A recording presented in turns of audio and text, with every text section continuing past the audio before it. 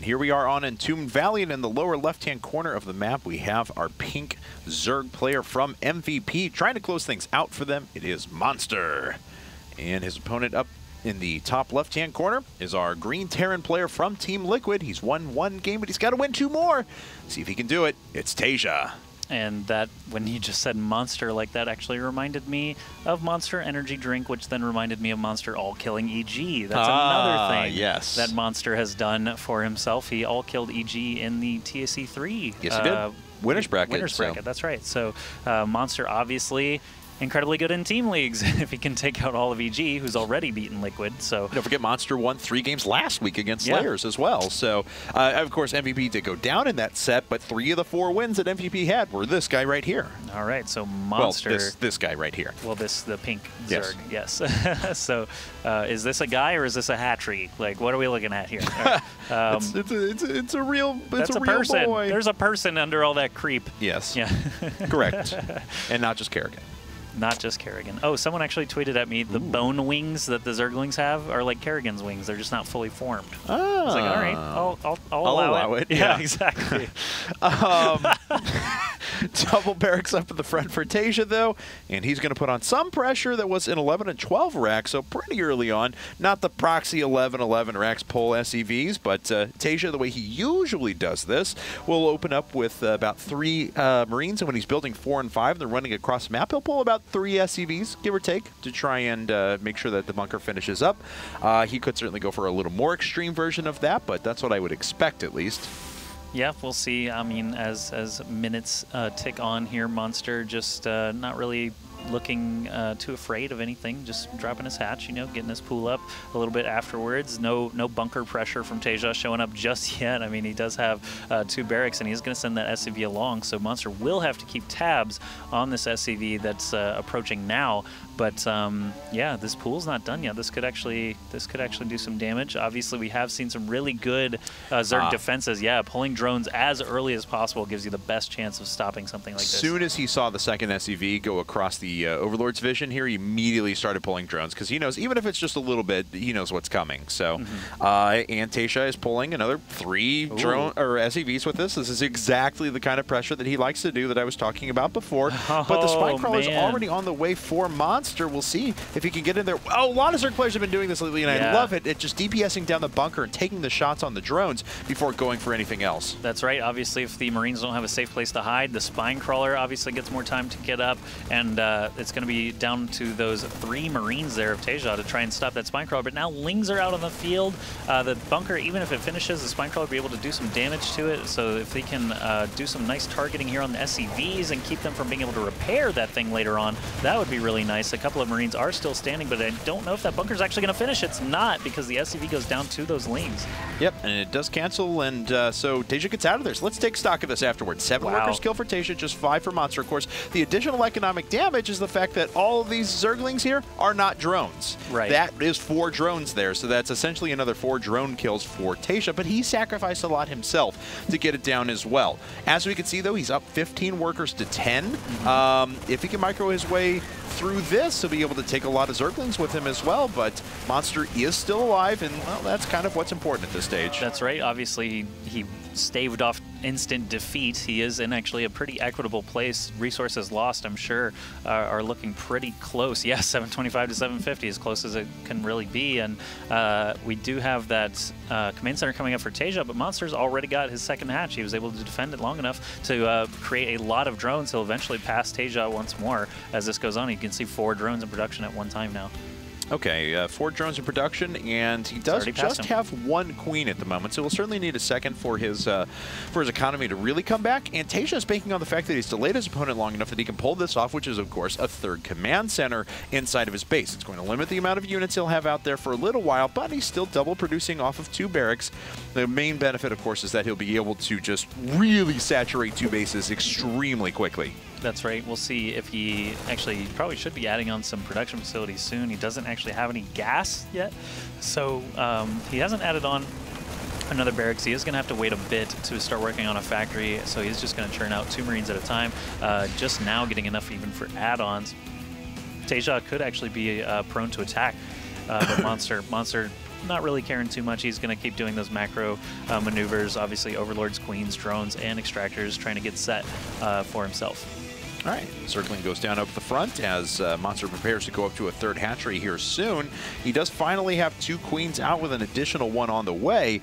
Still hasn't injected at this base for a really long time, though, so his production has been a bit hampered, and he is supply blocked on top of that. So Monster, though, going to expand. He's using his resources wisely while he is supply blocked, but Tasia poking down with another group of Marines here. We'll see if these Queens give themselves away.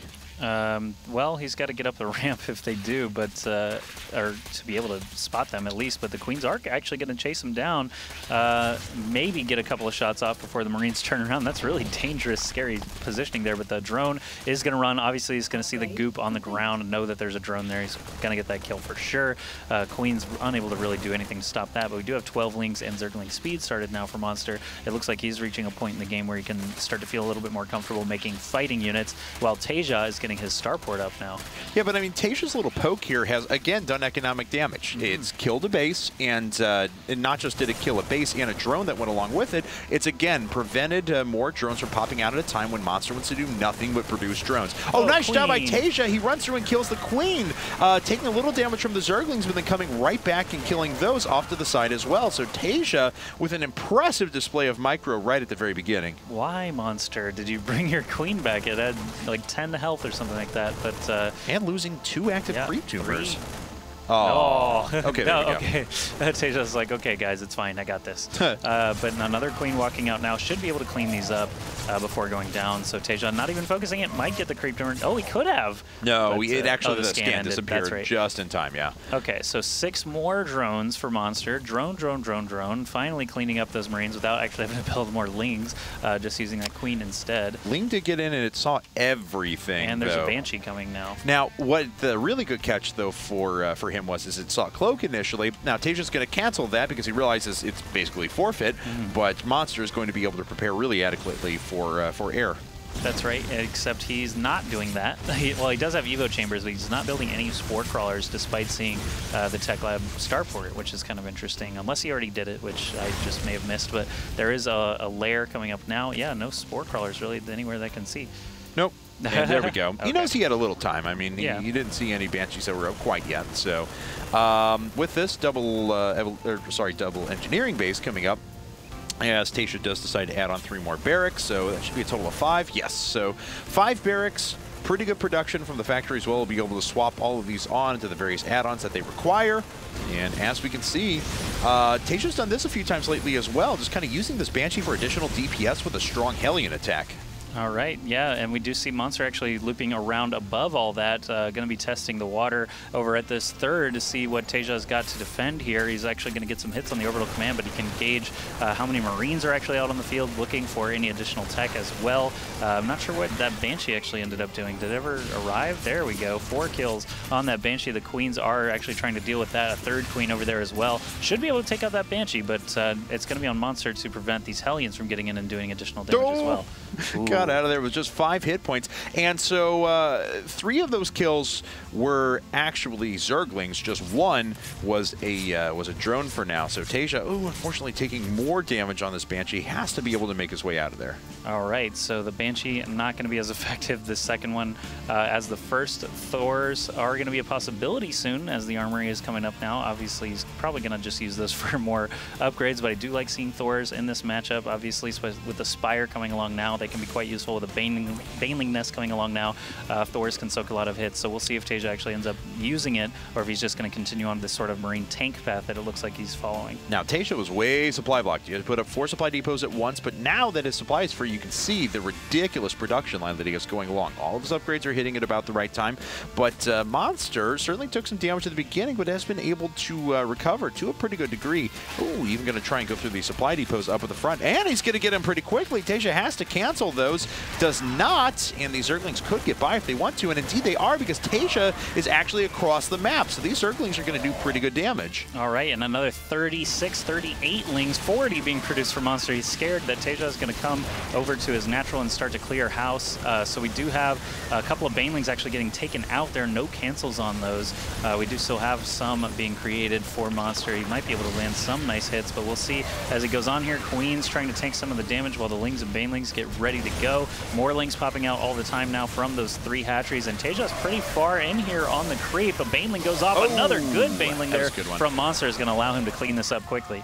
And of course, Monster was banking gas the whole time. He didn't want to use them on Banelings. He wanted to use them on Mutalisk, sitting at 7, now 9, popping up at about the same time. Could go into a few more if he so desired, but looks like he's going to hold off on those for now. And Tasia does not. Okay, there we go. Missile turrets are going up, and they are going to protect off the left-hand side, but the Mutalisk just decide to kind of take a little damage and just sneak right on by. Not much that Tasia has in position. That's true. Mutaling Baneling is a great composition as well for this matchup. It can obviously move from that position into Infestors and Broodlords pretty quickly as well. So we'll see how long Mutaling Baneling is actually going to be able to serve him here. With all those turrets coming up, he's going to have to try and find the soft spots in Tasia's armor. But there is quite a large force at the mid as well. It's all lings right now, though. Actually, Tasia, if he comes in here with a big stemmed force, those lings are all going to get shredded, but the mutas do rejoin. Monster backs off, and no engagement just yet.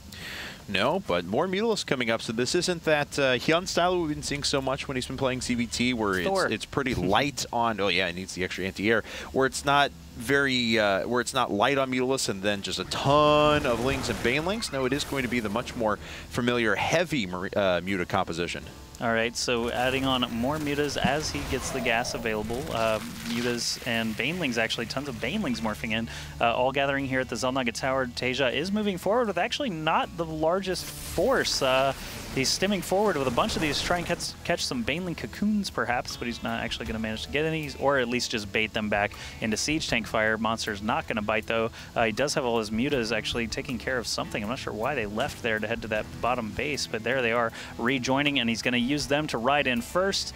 Maybe not. He's got to time everything perfectly here. Tasia splitting all of his units up. The Thor's at the back as well. That's a ton of Banelings and Zerglings, and Tasia just lost a whole lot of stuff. He needs to be able to target out a few of these Banelings in the middle. Actually, that tank was left alive for some reason that I'm not really sure of. With 76 workers, Tasia was a little light on terms of pure army here, though, and Monster is able to swing on through. Even though it's pretty much primarily mutas, he's able to camp the production and start killing things 1 unit at a time, and Tasia just really has nothing for defense. That's right. All the number of tanks that Tasia has out here for defending are going to be useless against those air units. Marines, as they pop out, will be taken out. There's actually 13 Marines in production, only 1 Thor. Monster will be able to camp out over the production facilities, like you said, and be able to pick off some of the SCVs. Oh, all the Marines from Tasia are actually rallied as well, so they're not even going to fight back. This looks really scary now for Tasia. 156 supply against 90. And look at the line of pink units just flying across the map. GG. There it is. GG. Tasia has gone down. In a surprising turn of events, Tasia has actually won 2 games and lost 2 games this year. So that is not quite the record he had established.